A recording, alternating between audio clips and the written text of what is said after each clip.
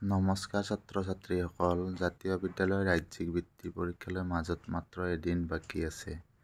সেইবাবে মই তোমালোকক কেইটামান গুৰুত্বপূৰ্ণ কথা ক'ম।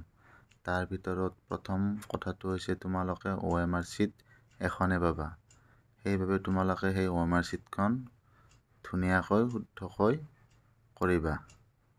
আৰু 2 নম্বৰ কথাটো হৈছে তোমালোকে ক'লা চিয়াহীৰ বলপেনহে নিবা। নীলা চিয়াহী বলপেন নিলে নহ'ব। তোমালোকে অকল ক'লা চিয়াহীৰ বলপেনহে ইউজ কৰিব পাৰিবা। 3 নম্বৰ কথাটো হ'ল তোমালোকে পৰীক্ষা আৰম্ভ হোৱাৰ আধা ঘণ্টা আগতে পৰীক্ষা হলত যাই উপস্থিত হ'ব লাগিব।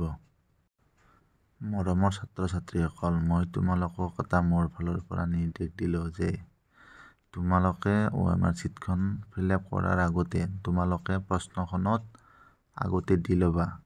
তাৰপিছতহে তোমালোকে OMR চিটখনত কৰিবা।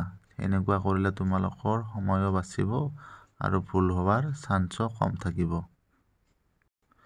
শেষত সকলোৰে পৰীক্ষা ভাল হোৱাৰ কামনাৰে আজিলৈ এইখিনিয়ে। ধন্যবাদ।